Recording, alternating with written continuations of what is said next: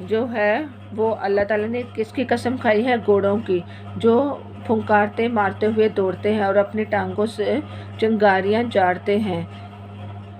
تو اس میں بھی مال و دولت کی محبت کا ذکر ہے کہ انسان کس طرح بری طرح مال و دولت کی محبت میں گرفتار ہو کر اپنے رب کو نہیں جانتا۔ سورۃ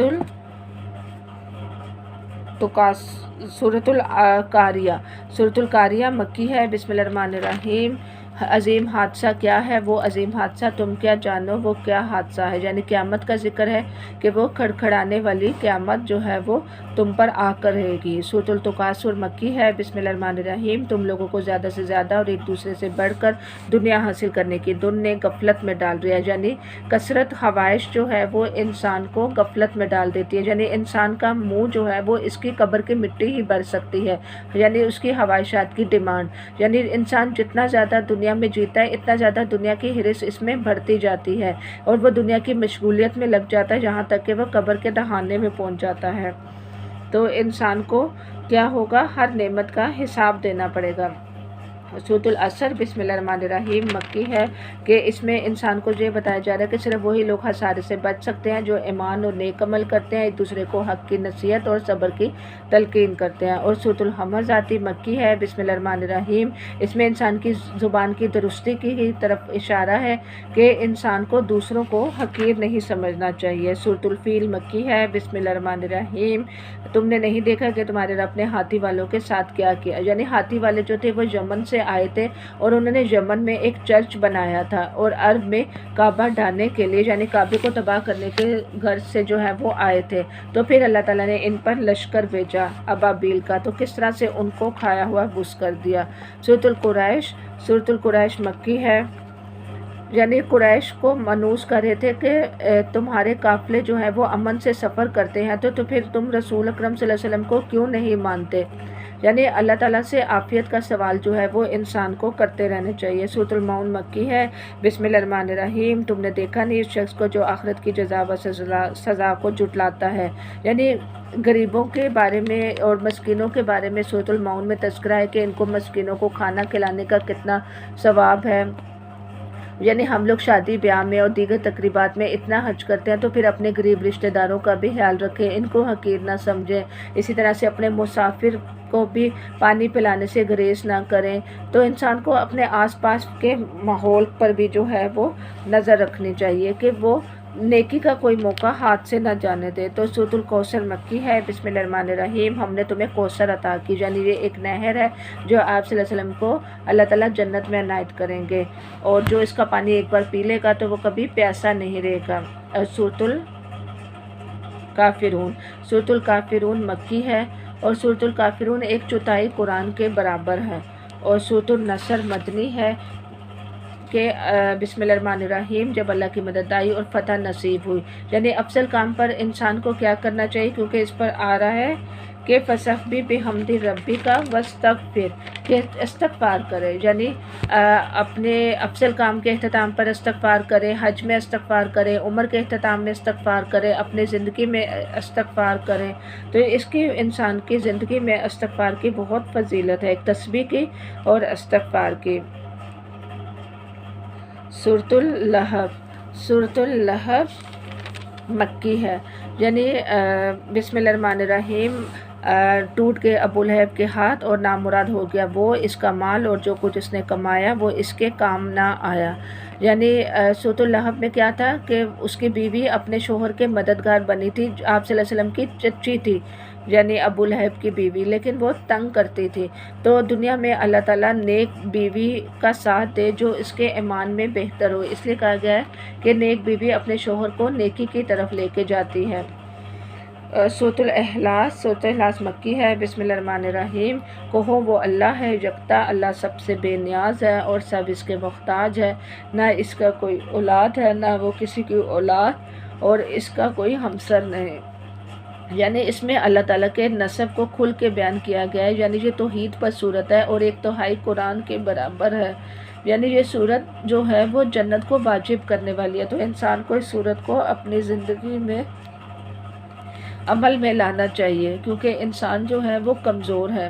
تو اللہ تعالیٰ سے کس سے دعا مانگنی چاہیے؟ اس میں عزم کے ساتھ، اور یہاں پر اللہ الصمد کا ذکر ہے کہ اللہ بے نیاز ہے۔ سورۃ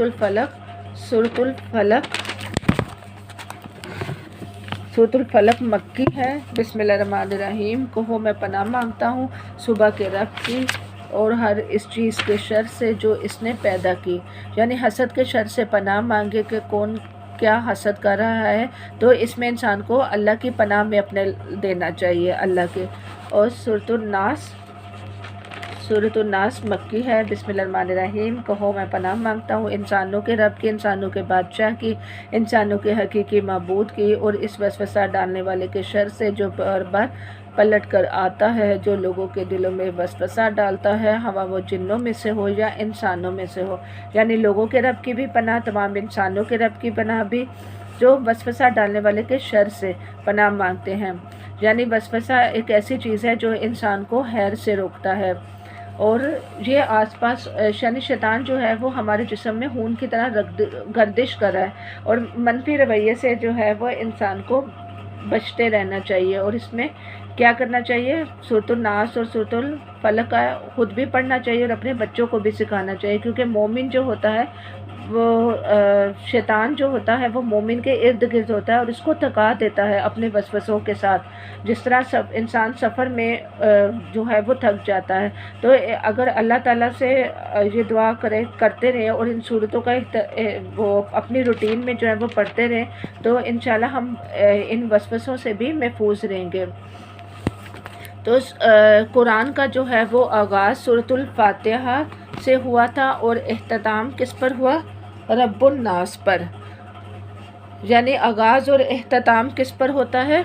رب پر ہوتا ہے۔ تو دعا کر لیتے ہیں۔ الحمدللہ رب العالمین الرحمن الرحیم مالک یوم الدین ایاک نعبد و ایاک نستعین اہدنا الصراط المستقیم صراط الذین انعمت علیہم غیر المغضوب علیہم ولا الضالین آمین۔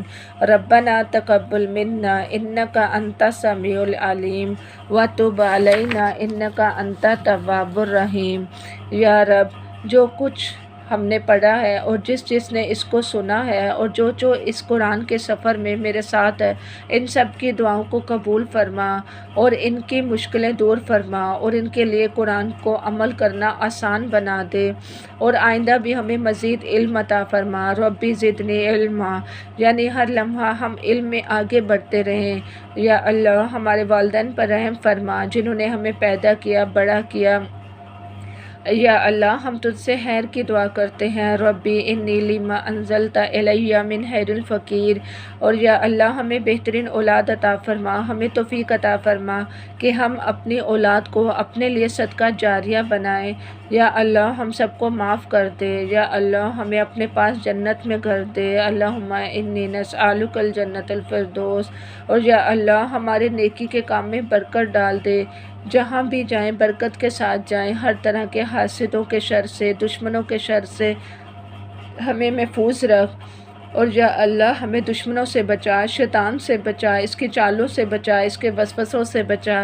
یا اللہ، ہمیں نماز کا پابند بنا دے، اور ہماری اولاد کو بھی، اور ہمارے نسلوں میں ایمان کو باقی رکھ، اور ہمارے سب عزیز اور مومن کو بخش دے، مسلمانوں کو، اور ہمیں صالحین کا ساتھ عطا فرما، اور قیامت والے دن ہمیں رسوا نہ کر، کیونکہ نیک بندوں میں یا اللہ ہمیں شامل کر، ہمیں دنیا میں بھی نیک بندوں کا ساتھ دے اور آخرت میں بھی۔ یا اللہ، ہمیں تقوی نصیب فرما، اور ہماری اولاد کو بھی۔ یا اللہ، یہی قرآن کا سبق ہے کہ ہمارے دل میں تقوی پیدا ہو جائے، یہی تیرے قریبی کا ذریعہ ہے۔ ربنا آتنا فی الدنیا حسنۃ وفی الآخرۃ حسنۃ وقنا عذاب النار۔ اور یا اللہ، ہمیں اپنے پاس سے رحمت عطا فرما۔ ربنا علیک توکلنا وعلیک انبنا وعلیک المصیر۔ یا اللہ، ہمیں قبر کے عذاب سے بچا، یا اللہ ہمیں حشر کے دن امن کے ساتھ اٹھا، یا اللہ ہم پر ہمارا نور مکمل کر دے، یا اللہ ہمیں بخش دے، یا اللہ ہماری اولاد کو ہماری آنکھوں کی ٹھنڈک بنا دے، اور یا اللہ جو چیزیں ہمارے لیے مشکل ہیں اس میں ہمیں صبر دے، یا اللہ آخری وقت میں ہمارے منہ میں کلمہ طیبہ نصیب فرما، لا الہ الا اللہ محمد رسول اللہ، کہ جب ہم اس دنیا سے رخصت ہوں تو تیرا ہی ذکر ہو، یا اللہ ہمیں ایمان پر ثابت قدم عطا فرما، یا اللہ ہم اپنی غلطیوں کا اعتراف کرتے ہیں، اپنی بے وقوفیوں کا اعتراف کرتے ہیں، اپنے گناہوں کا اعتراف کرتے ہیں، یا اللہ اس رمضان میں ہمارے گناہوں کو بخش دے، یا اللہ ہمیں صاف ستھرا کر دے، یا اللہ ہمیں نیکیوں میں آگے بڑھنے کی توفیق عطا فرما دے، یا اللہ ہمارے دلوں میں جو بھی اپنے بہن بھائیوں کے یا مسلمانوں کے لیے کینہ ہے، بغض ہے، وہ سب ہم سے دور کر دے، اور یا اللہ ہمارے دل کو ٹیڑھا ہونے سے بچا لے، یا اللہ ہمارے دلوں میں استقامت عطا فرما، اور یا اللہ ہمیں نیک لوگوں کے ساتھ فوت کرنا، ہمیں وہ عطا کرنا جو آپ صلی اللہ علیہ وسلم نے وعدہ کیا تھا آپ سے، اور قیامت کے دن ہمیں جہنم سے بچانا، یا اللہ جہنم بہت بری سزا ہے، یا اللہ وہ تیرے نافرمان لوگوں کی جگہ ہے، یا اللہ ہمیں اپنے فرما بردار لوگوں میں شامل کر دے، یا اللہ ہمیں اس آگ میں داخل مت کر، جس کو تو رسوا کرتا ہے وہی آگ میں داخل ہوگا، اور یا اللہ ہمارے گھروں میں سکون پیدا کر دے، یا اللہ ہمارا دل تیرے ہاتھ میں ہے، اور یا اللہ ہم پر وہ بوجھ مت ڈال جو ہم سہ نہ سکیں، یا اللہ ہمیں کوئی ایسی بیماری نہ آئے جو ہم سہ نہ سکیں، یا اللہ ہمارے غم کو دور کر دے، ہمیں بخش دے، یا اللہ تو ہمارے لیے کافی ہو جا، تو عرش عظیم کا مالک ہے، یا اللہ اسلام کی حالت میں ہمیں موت دے، یا اللہ تو ہر چیز پر قدرت رکھتا ہے، تو جسے چاہتا ہے بے حساب رزق دیتا ہے،